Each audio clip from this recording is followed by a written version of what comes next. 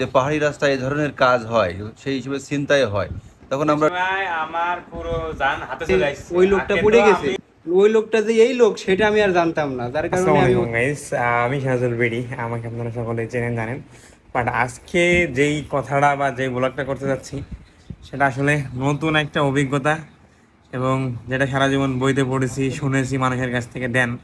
আজকে আমরা নিজে সেটা সম্মুখীন হয়েছি। জাস্ট আপনার আমরা সাজেক থেকে বান্দরবনে আসতে যে রাস্তাটা আপনারা সকলের পরিচিত, এই রাস্তাটাই আমাদের সব থেকে বেশি ভয়ঙ্কর হয়েছে। আমাদের আসতে রাত হয়ে গেছে। এই রাত হওয়ার কারণে যে কতটা খারাপ এবং খারাপ অভিজ্ঞতার সম্মুখীন আমরা হয়েছি সেটা হলে বলার বাইরে। আমাদের সেলিম ভাইয়ের কাছ থেকে শুনলে আপনারা বুঝতে পারবেন।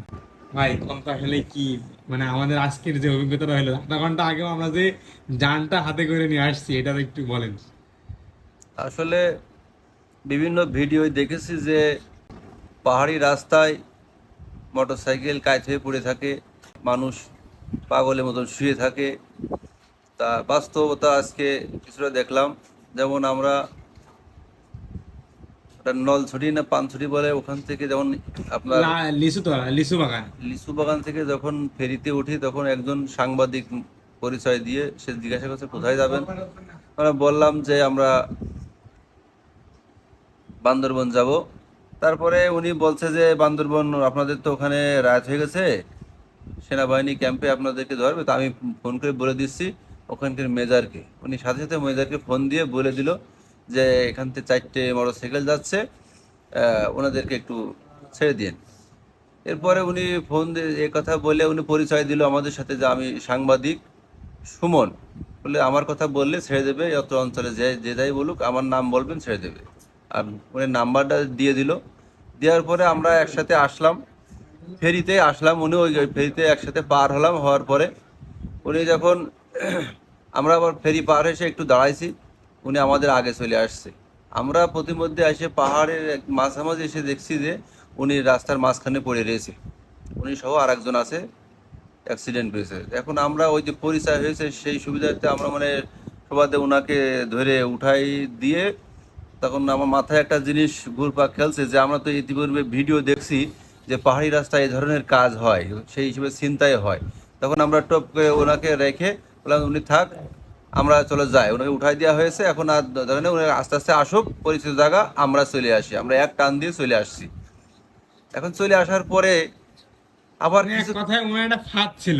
এখন এখন একটা ধারণা যে ওই যে আমরা যেটা ভিডিও দেখি সেই অনুযায়ী কিন্তু একটা ফাঁদ পাতা হয়েছে আমার মনে হইলো যা। তবে আমরা ওখানে দেরি করিনি বলেই হয়তো বাবা আল্লাহ আমরা বেঁচে আমাদেরকে গেছি। রক্ষা করেছে। আচ্ছা, মঈন, মঈন, তুমি বলো তো, আমরা লাস্ট যে একটু দেখলাম ওই যে রাস্তার মাঝখানে যেটা, ওইটার একটু বলো, তোমার অবস্থা কেমন ছিল ওই সময়? ওই সময় আমার পুরো জান হাতে চলে আসছে। রাস্তায় দাঁড়াইছিল এই যে এরকম ভাবে দাঁড়ায়, মুখ বান্ধা, এক কথায় মুখ বান্ধা। ও কোন একটা জায়গায় যদি আমাদেরকে ধরতে পারতো। কাপড়টা এরকম আর এই যে মাথায় এরকম হাত দেওয়া, ওকে দেখে মনে করেন আমার জান হাতে চলে আসছে। তার একটু আগে যাই দেখি যে গরু আর ছাগল দিয়ে মানে রাস্তা মাস্তা ঘিরে দেওয়া। আমার তো এটা দেখে বলছিলাম বাড়িতে কি যাইতে পারবো নাকি, মানে যে একটা পরিস্থিতি মানে গেছি, আমার হাতটা হাতে চলে আসছে একদম।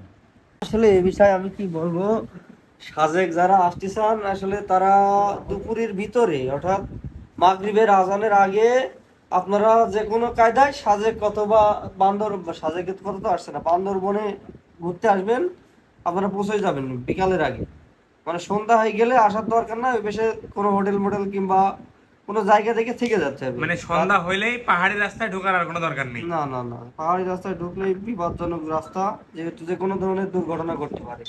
আমরা আজকে দুর্ঘটনার হাত থেকে বেঁচে আইছি, এক কথায় বলতে গেলেই চলে। জি জি জি। থেকে বেশি যেই মানুষটা কাছ থেকে দেখেছে এবং তার সন্দেহ প্রথম থেকেই করছে, সেলিম ভাই যে কথাটা বললো যে এই যে ফেরির উপর থেকে, সেই সন্দেহটার মূল পয়েন্টটা প্রথম হৃদয় আমাদেরকে বলছিল যে আমার সন্দেহ মনে হচ্ছে।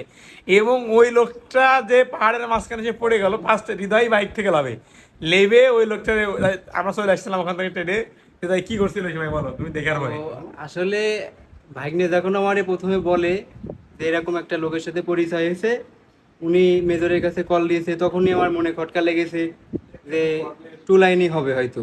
কিন্তু আসলে রাস্তায় ওঠার সময় যে ওই লোকটা পড়ে গেছে ওই লোকটা যে এই লোক সেটা আমি আর জানতাম না, যার কারণে আমি ওখানে ওনার পড়া দেখে আমরা নেমে বাইক থামাই নেমে ওনাদেরকে ধরে উঠাই দিলাম।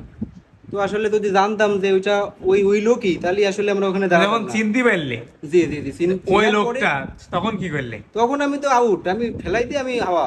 কিন্তু ওখানে তো দাঁড়ানো মানে রিস্ক, ওটা তো পরিকল্পনা, ওদেরই পরিকল্পনা।